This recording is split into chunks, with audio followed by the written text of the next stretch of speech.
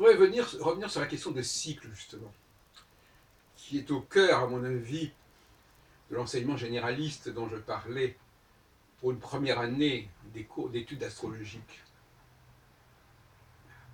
Le cycle, c'est une notion qui implique un point fixe et un élément mobile. C'est un peu comme quelqu'un qui partirait en voyage. Il quitte son port, il fait un cours, une course. Le mot course, à mon avis, implique cette idée de retour. Et puis il revient au port au bout d'un certain temps. Et ça implique donc que l'astrologie soit capable d'instaurer cette structure duelle. Port d'attache, et puis mouvement au loin, plus ou moins, avec un processus à la fois de départ et de retour. Or, la pratique astrologique actuelle ne correspond pas clairement à ce schéma, pour différentes raisons. D'une part, parce qu'il y a une grande diversité de cycles, donc finalement on s'y perd. Et à ce moment-là, l'astrologue doit choisir parmi tous les cycles qui sont là, articulés sur le thème natal, le cycle qui correspond. Alors que moi, je pense que nous avons tous le même cycle. Donc là, c'est pas compliqué à ce moment-là.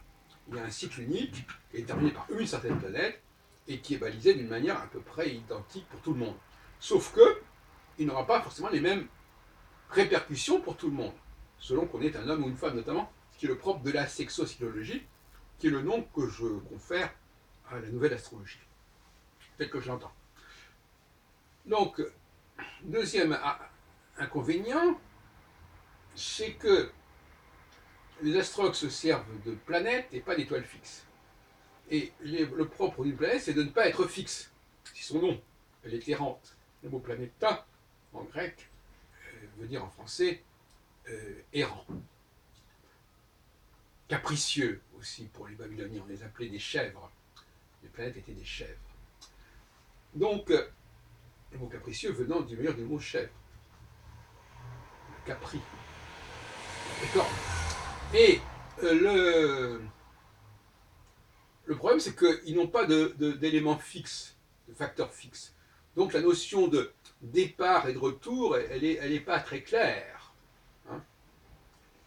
C'est pour ça que moi, j'ai instauré, au contraire, la réintégration dans le champ astrologique le plus fondamental, le plus basique, des étoiles fixes. En tout cas, de certaines étoiles fixes. Donc il y a un double défaut. D'une part, trop de cycles, alors qu'il faut en choisir un, au niveau des planètes.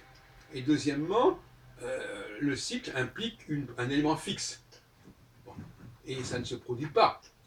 Par exemple, si on prend le cycle de Saturne-Neptune, cher André Barbeau, eh ben, il se retrouve tous les 36 ans, il y a une conjonction, mais elle n'a pas lieu au même endroit.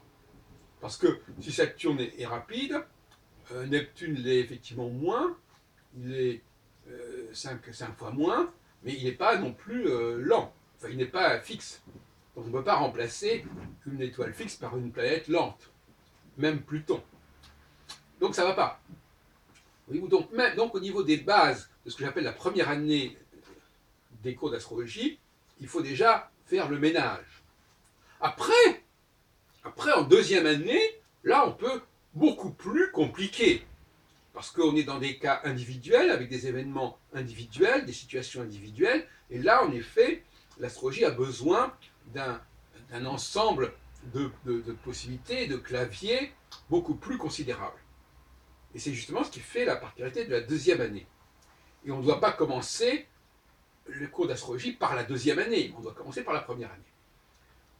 Voilà ce que je voulais vous dire essentiellement, pour qu'on comprenne mieux mon propos de réforme de l'enseignement de l'astrologie.